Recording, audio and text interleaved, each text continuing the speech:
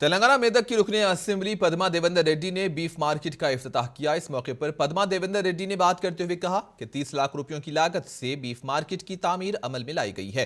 तेलंगाना हुकूमत आवाम की तरक्की के लिए काम कर रही है। इन्होंने कहा कि वो कुरैशी बरादरी को दरपेश मसाइल की यकसुई के लिए मुमकिन कोशिश करेंगी। स्लाटर हाउस की तामीर के लिए भी इकदाम किए जाएंगे। इन्होंने कुरैशी ब्रादर्स से अपील की है कि वो मार्केट को साफ सुथरा रखने के लिए खास ख्याल रखें। इन्होंने कहा कि मेदक मुस्लिम शादी खाने की तामीर के लिए MP फंड से 20 लाख रुपये की मंजूरी अमल में आई। इसके लिए अनकरीब कामों का आगाज किया जाएगा। इस मौके पर दीगर ने भी खिताब किया। इस तकरीब में T चंद्रपाल, मल्लिकार्जुन गौड़, बट्टी जगपति के अलावा अमजद, आरिफ, मोहम्मद समी, मोहम्मद जुबैर और दीगर ने भी शिरकत की।